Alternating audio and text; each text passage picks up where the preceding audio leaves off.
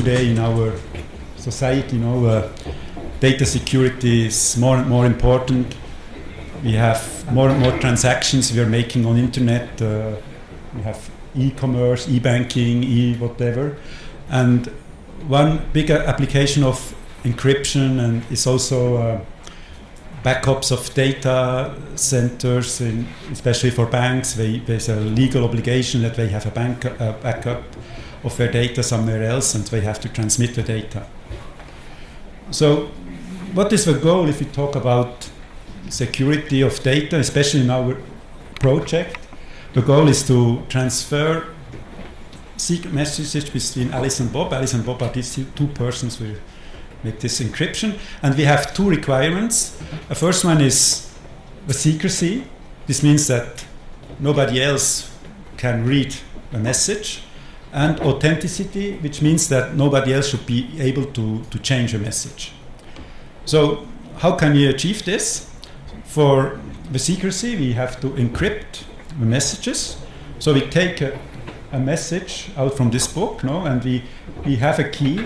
We use an algorithm in order to encrypt this message, which is represented by this lock, but it cannot be read now by somebody else. Then we send this to the other side. On the other side, Bob takes the same key and he can now read the text.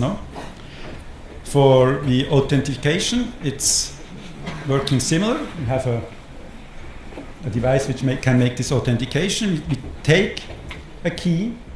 With this key, we calculate using a hash function. We calculate a tag which we attach to a message, and then we send both to the other side. And Bob, now he can take his key, calculate himself a tag, compare the tags, and if they agree, he can be sure that the message is coming from Alice and nobody else. Okay.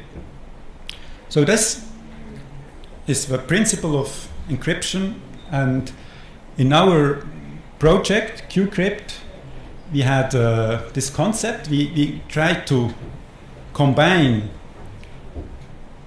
high-speed quantum key distribution. We have seen in all this process we need a secret key, and now the first part is to distribute this key using quantum key distribution. I will explain in a minute what it is. And then, so we have these two boxes which can send a key over an optical fiber. And then in a second time, we will use these keys to encrypt data, to encrypt and authenticate data using another boxes. And here the goal was to do this at very, very high rates, in the range of 40 to 100 gigabits per second, using another optical fiber.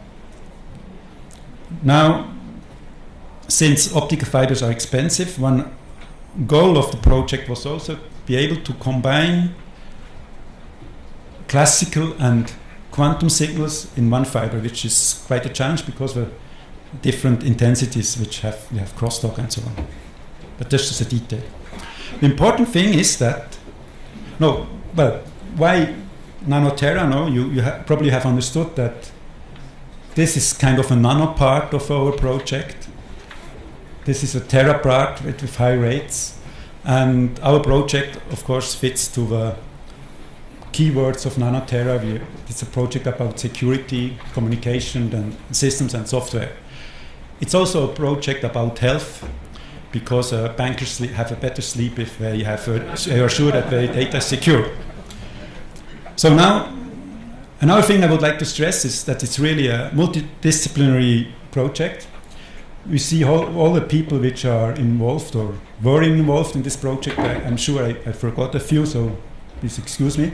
And then you see all the different institutes which were collaborated, which come from these institutions here. So we have University of Geneva, ETH Zurich, HESO, this is University of Applied Science of Western Switzerland. We are located in Yverdon and in Geneva, EPFL, and our industrial partner IDQ. But what I really would like to stress is that we really need a lot of different competencies to achieve this kind of project. So it starts from quantum physics, from very basic elementary physics, over maths, computer science, telecommunication, FPGA programming, high frequency electronics, PCB design, mechanical engineering, and also technology transfer. So it's really, and I think that's an interesting thing about this project. It starts from a very fundamental level and still ends up in some product which will be commercialized by our industrial partner.